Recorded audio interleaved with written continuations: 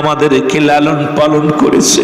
এই যে শীতের কনকনে রাত, আব্বা কত মা, ওরে গরিব মানুষ, ভালো কাপড় নাই, ভালো দামি দামি মুসলমান কম্বল নাই, সারা রাত মা ওই ঠান্ডা মাটির মধ্যে শুইয়া ওই সন্তানের বুকের মধ্যে লালন পালন করেছে রে আব্বা।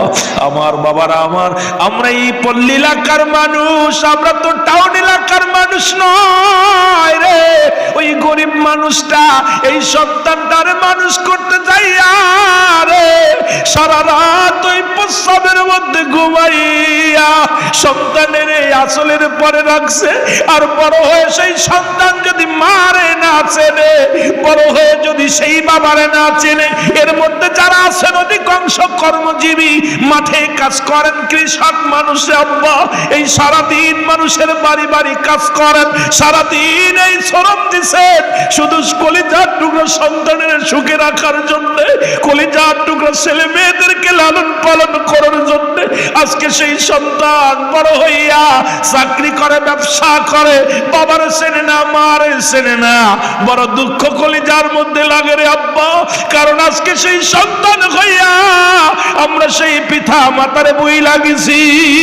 আমার আল্লাহ রব্বুল আলামিন এই সন্তানদের কি যে শাস্তি দিবে রে যুবক। ওরে যুবক, তুমি কাবা শরীফের ইমাম হও, বাইতুল মুকাররমের ইমাম হও, কিচ্ছু যায় আসে না। তোমার আব্বা মা তোমার উপরে রাজি নয়, তোমার উপরে খুশি নাই, তোমার জিন্দেগি বরবাদ, তোমার জিন্দেগি বরবাদ। এই জীবন নয়, এমন একটা জীবন আসবে যে দেশে গেলে মানুষের বিচার হয়, যে দেশে গেলে মানুষের হিসাব হয়। কত মানুষ দেখলাম ওই নতুন নতুন গোমা আছে রে, চারিপাশে বাঁশের চাউলি দিয়া ঘিরা। এমন একদিন আমারও আসবে, আপনারও আসবে, চিরবিদায় হয়ে যেতে হবে। এই দুনিয়া থাকার জায়গা না, কেউ ছিল না, থাকবে না, আমি আপনিও চলে যেতে হবে। তবে নেক আমল করে যদি না যেতে পারি, কবর কিন্তু আপনারে আমারে ছাড়বে না। জোরে জোরে বলেন ঠিক কি না? আর একটু জোরে জোরে চিল্লায় বলা যাবে না ঠিক কি না? এ যুবক, যুবক রে, একটু দিলের কান্না লাগাসো। নবী ডাক দেখো আমার সাহাবীরা রে, রব্বে কারীমের দরবারে এমনি কান, এ আমার রব, এ আমার প্রতিপালক, এ আমার আল্লাহ, আমার পিতা মাতার সগীরা গুনাহগুলো মাফ করে দাও, কবিরা গুনাহগুলো মাফ করে দাও, জানা অজানা গুনাহগুলো মাফ করে দাও। যেমনি দিন আমি মাকে সে মূল্যায়ন করে নাই, সে বউর পরামর্শ অনুযায়ী চলতো, এর সুন্দরী বউ যা বলে ওটাই মেনে নেয়।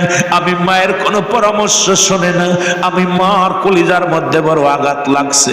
আমি মা হইয়া আমার কোনো কথার তার কাছে মূল্যায়ন পাই নাই রে বাবা। এই কারণে আমি দুঃখিনী মা, মনে কষ্ট পেয়ে আসি। আমার নবী ডাকতে বলে, মা মা তুমি মাফ করে দাও। আজকে আমার যুবক বাবারা বিয়ে করা পরে ওই সুন্দরী বউ পায়া মা বাবার আলাদা করে দিছ। এই বুড়া বয়সে মা রান্না করে খায়, বাবা কত কষ্ট করে ইনকাম করে বাবা।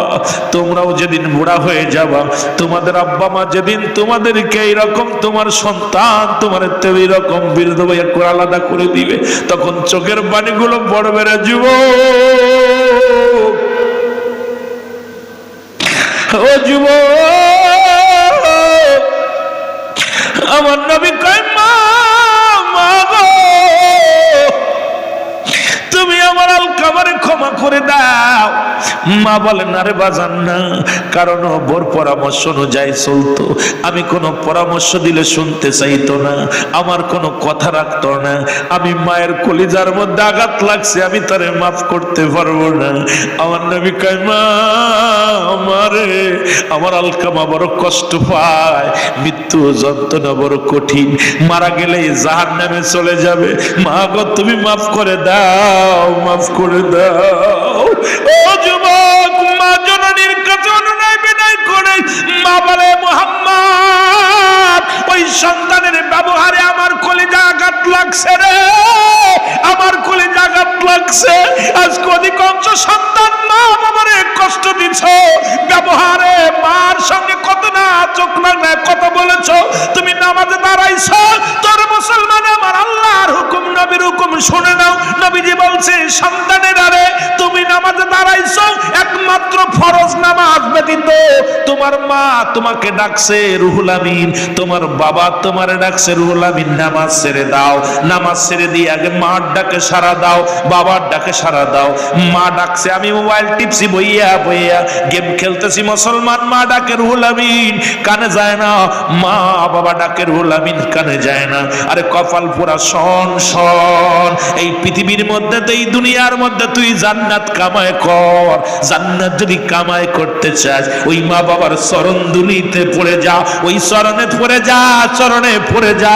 বাবা মা যদি একবার কারোর জন্য উকলাতি করে জান্নাত হবে তার ঠিকানা। জোরে জোরে চিল্লায় বলা যাবে না মারহাবা। রাসূল বলছে তোমরা যখন নামাজ দাঁড়াইবা, আব্বা মা ডাক দিছে সিদ্দিকী সাহেব তরিকুল ইসলাম ছেড়ে দাও নামাজ, ফরজ ব্যতীত, একমাত্র ফরজ নামাজ ব্যতীত সুন্নাত নফলে দাঁড়াইছো, মা ডাক দিছে মা, ও মা আমি তো নামাজ দাঁড়াইছিলাম আম্বু নামাজ। কত বাবা মা, ও রুহুল আমিন ওই গরুটা বানছি মাঠে নিয়ে পারবেন না।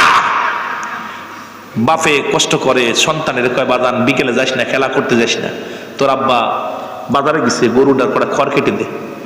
কত বাবা সন্তানেরা, যেহেতু আপনারা পল্লীর মানুষ আপনারা ভালো বোঝেন, পল্লীর মানুষ তো সন্তানাদের কত হুকুম দেয় মা, বাজান তোর আব্বা মুরজা গেছে সারাদিন কষ্ট করে কাজটা কর, মা পারবো না। আহা কি যে করলি, মাকে শুধু বললি পারবো না, মার মনের ভিতরে কেস করে লেগে গেছে, তোর জীবনের বরবাদ, সব আমল বরবাদ। মা বাবার দোয়া করা লাগে না।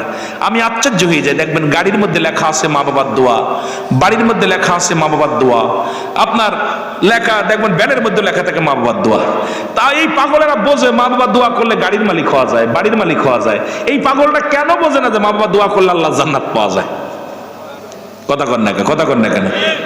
আছে না বাড়ির মধ্যে কয় মা বাবার দোয়া, আর মা বাবা দোয়া করলে গাড়ির মালিক হচ্ছিস, বাড়ির মালিক হচ্ছিস, জান্নাতের মালিক হওয়া যায় না? কথা কয় না কেন? আরো জোরে বলেন না। জান্নাতের চাবি তোমার মা, ও মা গো। যদিও গান পারি না, তো একটা গান গাইছি এটাই যথেষ্ট, কারণ এগুলো গাইতেও পারি না আর গাওয়ার সময়ও নাই।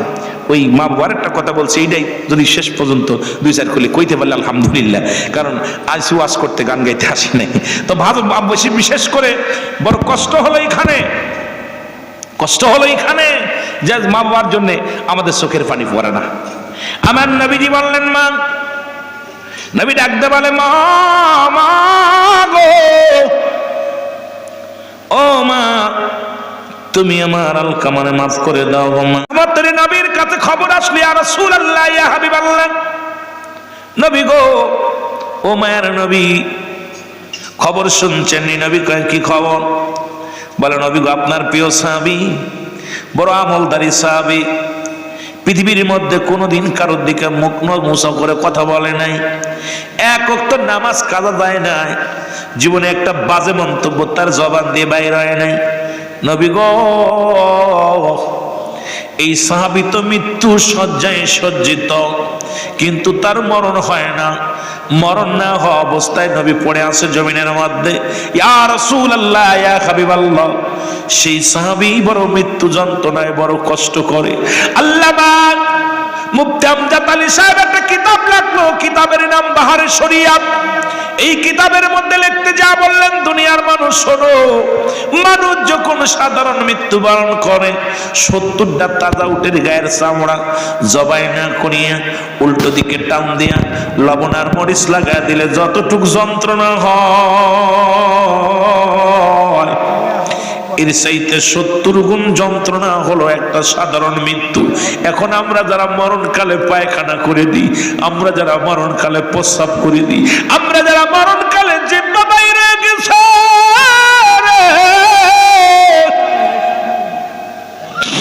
আমাদের যাদের মরণকালের যুবক চোখ দুটি বড় বড় হয়ে গেছে, তাদের মরণটা কত কঠিন হয়েছে রে বাবা। একবার কি চিন্তা করে দেখার দরকার আছে কিনা? সহজ মৃত্যু যদি এত কঠিন হয়, কঠিন মৃত্যুটা কত কঠিন হয়, জোরে জোরে চিল্লায় বলা যাবে না আল্লাহু আকবার। একটু মহব্বতের সঙ্গে দুরূদ শরীফ পড়ুন, আল্লাহুম্মা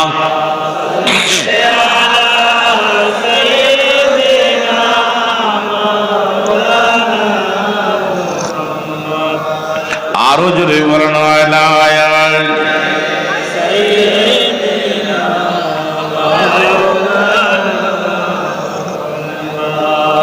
মহব্বতে বলেন আল্লাহুম্মা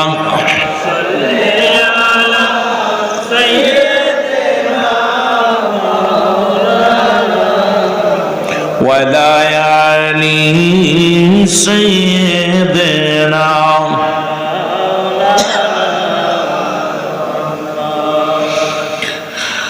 এমন দয়ালো নবী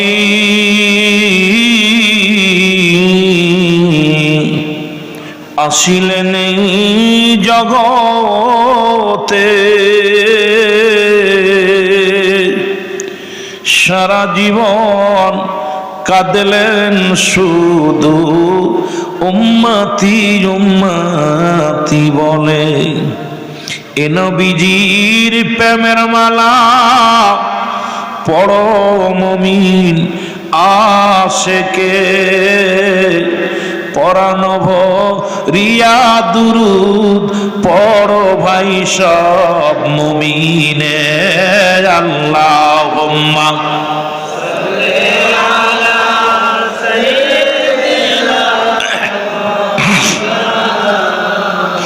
আরো জোরে বলেন ওয়ালা আলি।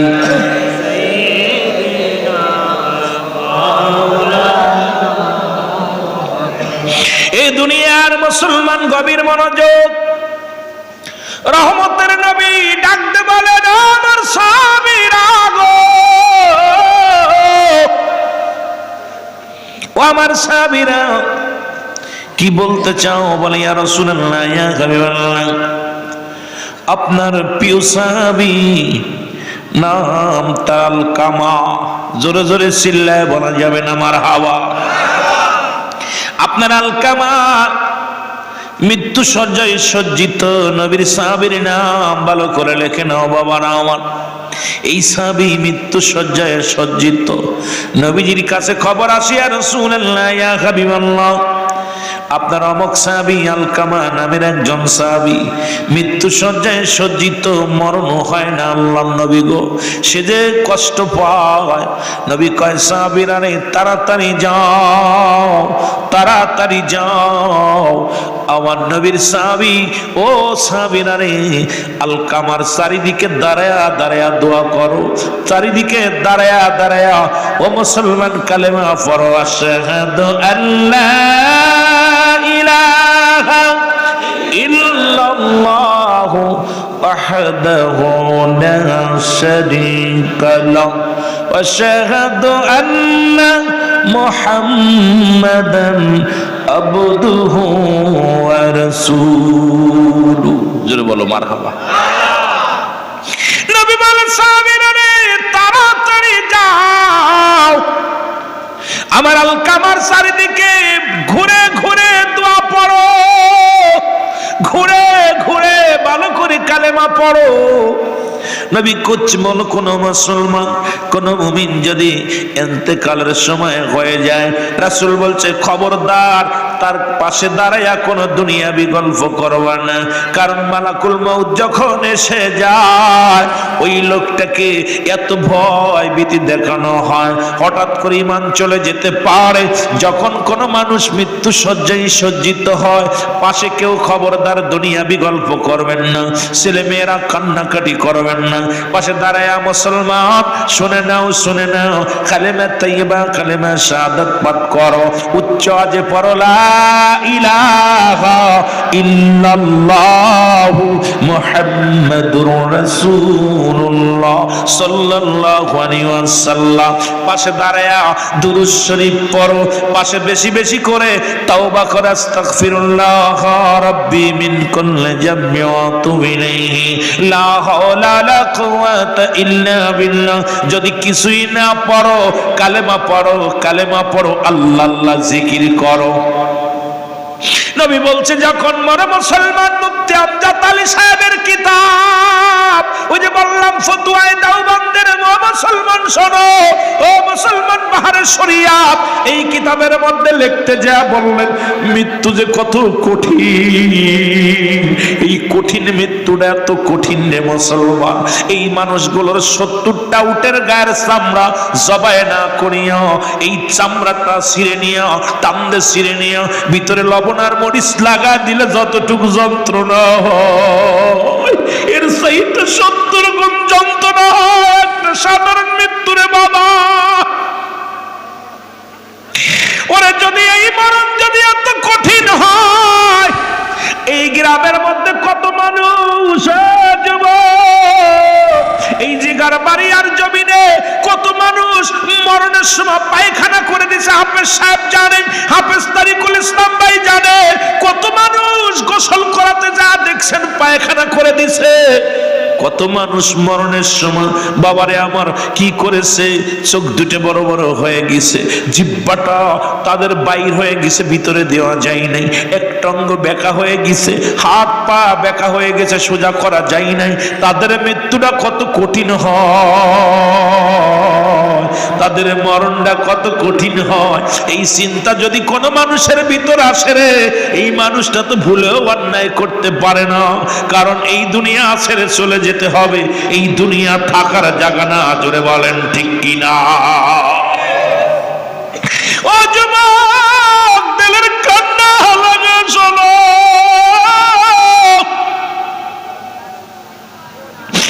আমার নবী বললেন সাহাবীরা রে, আমার আলকামার চারিদিকে দাঁড়ায়া দাঁড়ায়া দোয়া করো, ইস্তেগফার করো, কালেমা পড়ো। সাহাবীরা সারা দিন ভরে দোয়া দরুদ পড়তে লাগলেন। সন্ধ্যা আগে ঘনিয়ে আসলো, দৌড়ে আসলেন নবীর সাহাবীরা, বলি ইয়া রাসূলুল্লাহ, ইয়া হাবিবাল্লাহ, আপনার আলকামার মৃত্যু হয় নাই, ওই মরণ যন্ত্রণাও দূর হয় নাই। দেখবেন কত বাবা মা ঘরে পড়ে আছে, এর ভিতর থেকে প্রাণ পাখি অঙ্গ প্রত্যঙ্গ সব মরে গেছে, শুধু জানটা বুকের মধ্যে আছে। দরপর দরপর করে কত না চোখটা বড় করে তাকায় আছে, মুখটা হা করে তাকায় আছে রে মুসলমান। ওই মৃত্যুকালে তামাম পৃথিবীর পানি যদি রে ওই মৃত্যু ব্যক্তির গালের মধ্যে দেয়া যায়, তৃষ্ণা নিবারণ হবে না, এত কষ্ট দেয়া হয় রে। ও যুবক,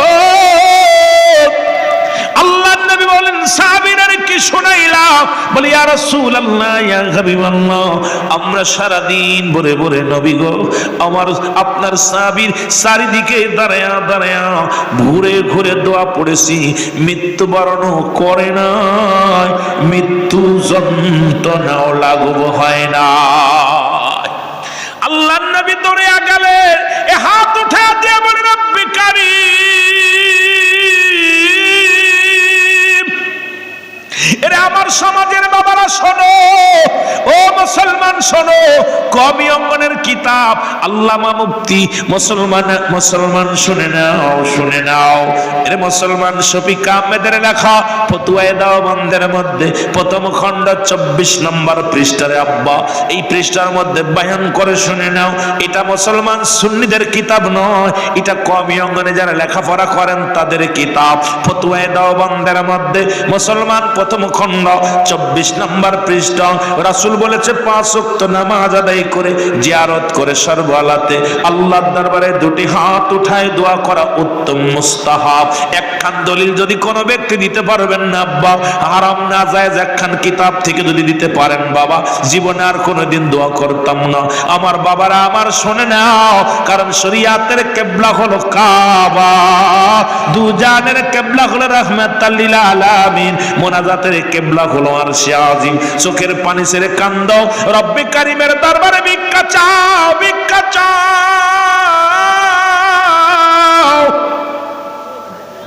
এর রব্বে কারিম এই দুনিয়ার মধ্যে সহায়, আমরা সহায়। আল্লাহ হলো সহায়, আমরা সহায়। আল্লাহ হলো সবল, আমরা দুর্বল। যদি বলেন ঠিক কিনা? আমরা কি দুর্বল, আল্লাহ সবল। আল্লাহ হলো সহায়, আমরা সহায়। এই অসহায় মানুষ এত অহংকার কিসের রে বাবা, এত বাড়াবাড়ি কিসের রে বাবা? শুনে নাও, রাসূলুল্লাহ হাত উঠায়া দিলেন, আমার আল্লাহ ডাক দিয়ে কয়, জিবরিল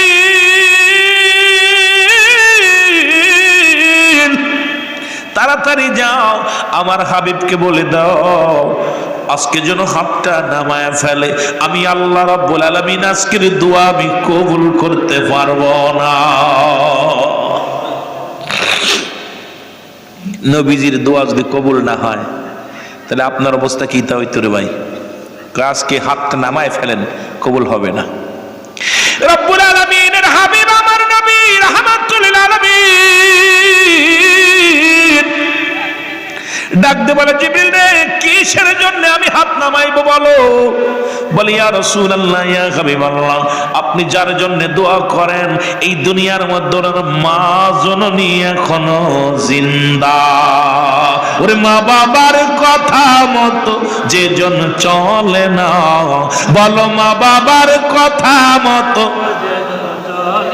আল্লাহ নবীর দয়া তারা পাবি না বাইরে, আল্লাহ নবীর দয়া মা বাবা তোর আপন তাদের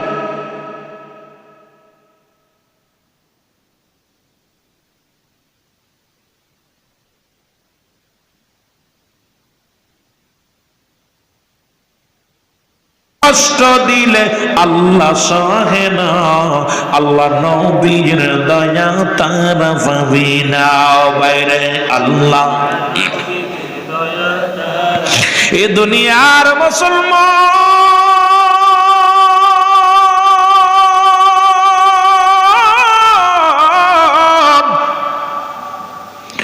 রহমতের নবী হাতটা নামাইছে রে। নবী আমার হাতটা নামাইয়া এক দড়ি দৌড়াইয়া আলকামার বাড়িতে নবী চলে গেছে, যে সালাম দা, আসসালামু আলাইকুম ইয়া আলাল বাইত, আসসালামু আলাইকুম ইয়া আলাল বাইত। ভিতর থেকে আওয়াজ আসে, আলাইকুম আসসালাম। কে গো? আমার নবী কয়, ও মা আলকামার মা, আমি রহমতের নবী রাহমাতাল লিল আলামিন।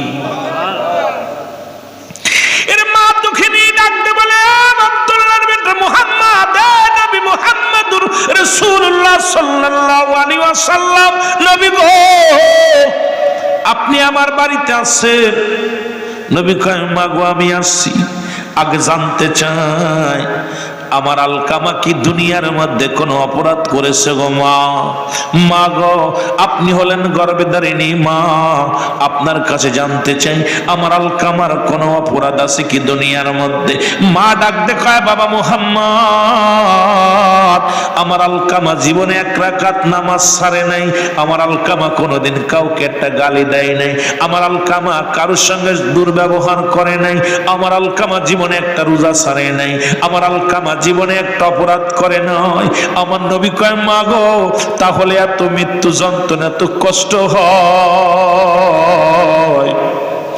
আমার আলকামা তো মরণ যন্ত্রণায় ছটফট করে গো মা, আমার আলকামার জানটাও বাইর হয় না, আবার জিন্দাও রয় না, আমার আলকামা এত কষ্ট পায় মা। ও মা তুমি আমার আলকামারে ক্ষমা করে দাও, যদি কোনো অপরাধ করে থাক ক্ষমা করে দাও। এর মা দুঃখিনী ডাকতে বলে, নবী মুহাম্মদ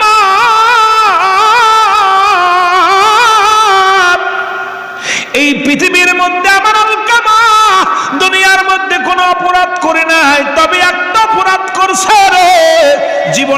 কোনোদিন আমি মাকে সে মূল্যায়ন করে নাই, সে বউর পরামর্শ অনুযায়ী চলতো। এর সুন্দরী বউ যা বলে ওটাই মেনে নেয়। আমি মায়ের কোনো পরামর্শ শোনে না। আমি মার কলিজার মধ্যে বড় আঘাত লাগছে। আমি মা হইয়া আমার কোনো কথার তার কাছে মূল্যায়ন পাই নাই রে বাবা। এই কারণে আমি দুঃখিনী মা, মনে কষ্ট পেয়ে আসি। আমার নবী ডাকতে বলে, মা মা তুমি মাফ করে দাও। আজকে আমার যুবক বাবারা বিয়ে করা পরে ওই সুন্দরী বউ পায়া মা বাবার আলাদা করে দিছ। এই বুড়া বয়সে মা রান্না করে খায়, বাবা কত কষ্ট করে ইনকাম করে বাবা। তোমরাও যেদিন বুড়া হয়ে যাবা, তোমাদের আব্বা মা যেদিন তোমাদেরকে এইরকম, তোমার সন্তান তোমার এইরকম বৃদ্ধ ভাইয়া করে আলাদা করে দিবে, তখন চোখের পানিগুলো বড় বেড়ে যাব। ও যুবক, আমার নবী কয়, মা গো তুমি আমার আলকামারে ক্ষমা করে দাও। মা বলেন, আরে বাজান না, কারণ বোর পরামর্শ অনুযায়ী চলতো। আমি কোনো পরামর্শ দিলে শুনতে চাইতো না, আমার কোনো কথা রাখতো না। আমি মায়ের কলিজার মধ্যে আঘাত লাগছে, আমি তারে মাফ করতে পারবো না। আমার নবী কয়, মা আমারে, আমার আলকামা বড় কষ্ট পায়, মৃত্যু যন্ত্রণা বড় কঠিন, মারা গেলে জাহান্নামে চলে যাবে। মা গো তুমি মাফ করে দাও, মাফ করে দাও। ও যুবক, মা জননীর কাছে অনুনয় বিনয় করে মা বলে, মুহাম্মদ ওই সন্তানের ব্যবহারে আমার কলিজা আঘাত লাগছে রে, আমার কলিজা আঘাত লাগছে। আজকে অধিকাংশ সন্তান মা বাবারে কষ্ট দিচ্ছ, ব্যবহারে মার সঙ্গে কত না চোখ না কথা বলেছ। তুমি নামাজে দাঁড়াইছ, তোর মুসলমান আমার আল্লাহর হুকুম নবীর হুকুম শুনে নাও। নবীজি বলছে, সন্তানের আরে তুমি নামাজে দাঁড়াইছো, একমাত্র ফরজ নামাজ ব্যতীত তোমার মা তোমাকে ডাকছে রুহুল আমিন, তোমার বাবা তোমারে ডাকছে রুহুল আমিন, নামাজ ছেড়ে দাও। নামাজ ছেড়ে দিয়ে আগে মার ডাকে সাড়া দাও, বাবার ডাকে সাড়া দাও। মা ডাকছে, আমি মোবাইল টিপছি বইয়া বইয়া, গেম খেলতেছি, মুসলমান মা ডাকে রুহুল আমিন, কানে যায় না। মা বাবা ডাকে রুহুল আমিন, কানে যায় না। আরে কপাল পুরা শোন শোন, এই পৃথিবীর মধ্যে, এই দুনিয়ার মধ্যে তুই জান্নাত কামাই কর।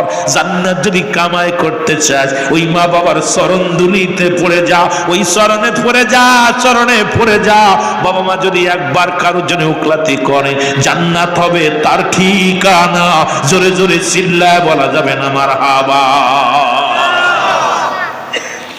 রাসূল বলছে, তোমরা যখন নামাজ দাঁড়াইবা, আব্বা মা ডাক দিছে, সিদ্দিকী সাহেব, তরিকুল ইসলাম, ছেড়ে দাও নামাজ, ফরজ ব্যতীত, একমাত্র ফরজ নামাজ ব্যতীত। সুন্নাত নফলে দাঁড়াইছো, মা ডাক দিছে, মা ও মা, আমি তো নামাজ দাঁড়াইছিলাম আম্বু নামাজ।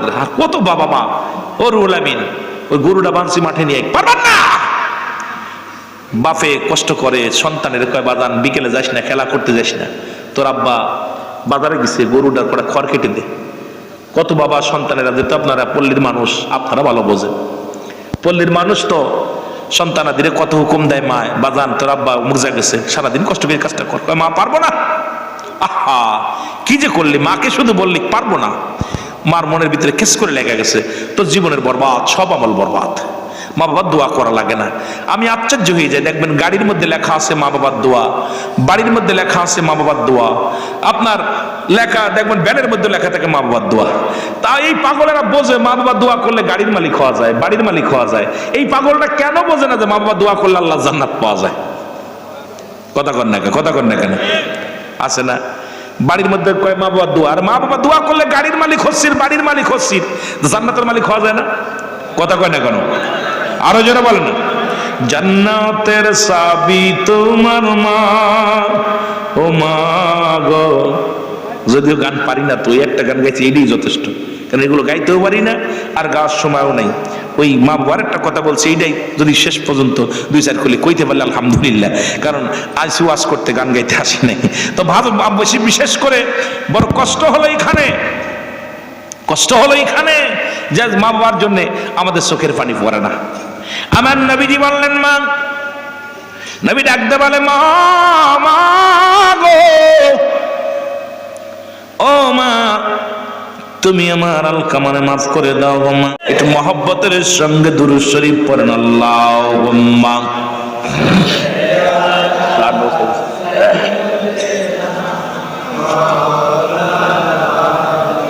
বাবারা মহব্বতে আপনাদের কষ্ট হচ্ছে? আব্বারে বড় কষ্ট।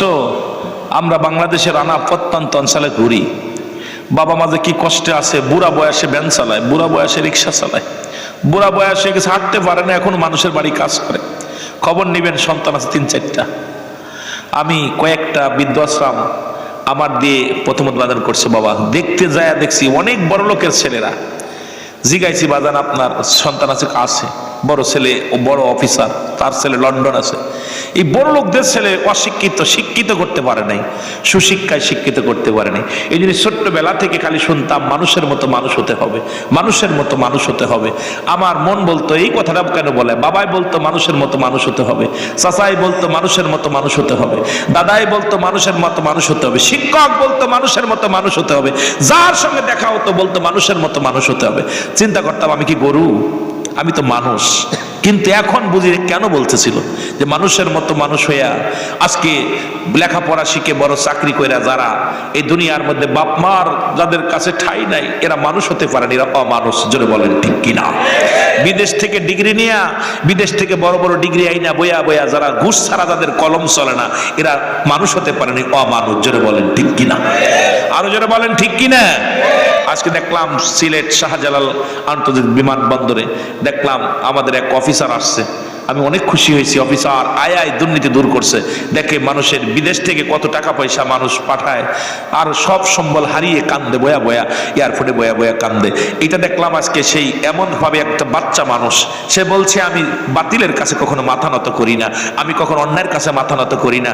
একজন সাধারণ একজন ফ্যামিলির ছেলে, যে ছেলেটা অফিসার, ওনার বাবা একজন আপনার দিন মজুরি দারওয়ানের ছেলে। বলছে আমার আব্বা আমাকে লেখাপড়া করাইছে, মানুষের বাড়ি কাজ করে, আমার সচ্চরিত্র বাবার সন্তান, সারাদিন পাহারা দিয়ে আমার আব্বা পেয়েছে মাত্র 90 টাকা, 100 টাকা পাইছে। সেই টাকা খেয়ে আমি মানুষ হয়েছি, আর আমার ভিতরে দেহের মধ্যে কোনো হারাম ঢুকবে না। আমি যতদিন বেঁচে আছি, সরকার আমাকে চাকরি দিছে, আমি আমার জীবনটা কাটাবো এমন ভাবে যাতে করে আল্লাহ আল্লাহ রাসূল রাজি হয়। আল্লাহ কেউ না দেখলো, আমার আল্লাহ দেখে। আমি যেন দুর্নীতি না করি, দুর্নীতির কাছে কখনো যেন মাথা নত না করি। জোরে বলেন না মারহাবা? আর একটু জোরে বলেন না মারহাবা? আজকে বিদেশ থেকে ডক্টর ইঞ্জিনিয়ার হইয়া দেশে আইয়া অপারেশন করে না টাকার জন্য, টাকা ছাড়া অপারেশন হয় না। এরা কি মানুষ না মানুষ? জোরে বলেন মানুষ না মানুষ? আরে ছেলে মানুষ করছে, মেয়ে মানুষ করছে, বুড়া কালে বাবা মার খেটে খাওয়া লাগে, রান্না করে খাওয়া লাগে, গরম পানি করে দেয় না, কত কষ্টে সন্তানাদি। এরা মানুষ হতে পারেন, এরা সব মানুষ। এই জন্য আজকে বুঝতে পারি কেন মানুষের মতো মানুষ হতে বলছিল। এরা তো সব মানুষ, কারণ এরা লেখাপড়া শিখছে, ডিগ্রি অর্জন করেছে, কিন্তু এরা প্রকৃত মানুষের মতো মানুষ হতে পারে নাই। জোরে বলেন ঠিক কিনা? এদের ধারণাই নাই। আল্লাহ কয় কুল্লু মান আলাইহা ফান, সব শেষ করে দিবে কে? আরো জোরে বলেন না, কে করবে? আল্লাহ করে দিবে, সব কিছু শেষ করে দিবে আল্লাহ। এই চিন্তা ওদের ভিতর নাই। দালান কোঠা বাড়ি গাড়ি সব করতেছে, কিন্তু এই চিন্তা নাই যে এটা সব ভেঙে যাবে, একদিন ভাঙবে, একদিন থাকবে না এই জমিনের মধ্যে। এই যে মাহফিলটা কত কষ্ট করে মাসকে মাস চাঁদা উঠাইছেন, গ্রামে গ্রামে ঘুরছেন, চাউল ডাউল মানুষ কত কষ্ট দাঁড়ে দাঁড়ে গিয়েছেন, সুন্দর একটা প্রোগ্রাম সাজিয়েছেন। এটা হয়তো আর ঘন্টা অনেক পরে এটা শেষ হয়ে যাবে। জোরে বলেন ঠিক কিনা? আমরা ছোটবেলা খেলাধুলা করছি, ধুলাবালি নিয়ে খেলাধুলা করছি। স্কুল থেকে আইয়া আপনারা খেলছেন কি জানি না, আমি খেলছি। আমার জীবনে মনে পড়ে যে আমরা ছোটবেলা ওই বন্ধু বান্ধব নিয়ে, ছোট বান্ধবী ওই ছোট বুনটুন নিয়ে আমরাও ধুলাবালি খেলছি। সারা এত কষ্ট করে ঘর দরজা বানাইছি, 2-4 ঘন্টা খেলা পর লাথি মেরে ভেঙে দৌড় মেরে চলে আসছি। জোরে বলেন ঠিক কিনা? আপনারা করছেন না? সবার জীবনে আসছে। ঠিক এই দুনিয়াটা একই রকম। এই দুনিয়াটা 40 বছর 50 বছর সুন্দরভাবে গড়তেছেন, বাড়ি করছেন, গাড়ি করছেন, ভালো নারী বিয়ে করছেন, সব কিছু ঠিক আছে। কিন্তু আপনি কখন যে কোনো মুহূর্তে আপনার পরবর্তী সময় আপনার জন্য কি নিয়ামত বয়ে আনতেছে আপনি নিজেও জানেন না। কারণ আগামী দিন আমার সূর্যোদয় হবে কেউ বলতে পারি না। এই জন্য আমি বারবার বলি, একটা কথা স্মরণ করে দিই মানুষের, যে পৃথিবীতে প্রথম কাপড় পরেছি অন্যের সাহায্যে, আবার শেষ কাপড় পরিধান করবো অন্যের সাহায্যে। এই হলো আপনার জিন্দেগি, আমার জিন্দেগি। যারা কবরে শুয়ে আছে ওদের কাপড় পরাইছেন আপনারা, আবার আপনারা যখন দুনিয়ায় প্রথম কাপড় পরেছেন হয় আপনার মা খালা বোনেরা পরাইছে। জোরে বলেন ঠিক কিনা? মনে হয় আপনাদের বুঝতে পারেন না আমার কথা। পৃথিবীর প্রথম কাপড় পরছেন অন্যের সাহায্যে, ঠিক কিনা? আবার যাবার সময় অন্যের সাহায্যে। তাহলে এইটা কোনো ব্যক্তি যদি বোঝে, আমার মন বলে সে ঘুষ খাইতে পারে না, সে সুদ খাইতে পারে না, সে ব্যভিচার করতে পারে না, অন্যায় করতে পারে না, জুলুম করতে পারে না, এই মানুষটা নামাজ ছাড়তে পারে না, হজ ছাড়তে পারে না, হজ ফরজ হইলে হজ ছাড়তে পারে না, মানুষের হক নষ্ট করতে পারে না। কারণ এই চিন্তা যার ভিতর আছে যে আমার প্রথম কাপড় পরেছে অন্যজনে, শেষ কাপড় পরাইব অন্যজনে, সুতরাং আমি নিজের কাপড় নিজে পরে যেতে পারবো না, তাহলে আমার বলতে কিচ্ছু নাই, সব সেই খোদা তাআলার, সব কিছু রেখে চলে যেতে হবে। আমি নিয়ে যাব কোনটুক? আমলটুকু, সাথে করে যেটা নিয়ে গেলে আমার কবর নামও যাওয়া ভালো হবে। এই জিনিসটা আমাদের দরকার আছে কিনা? আমার বন্ধুগণ, আমার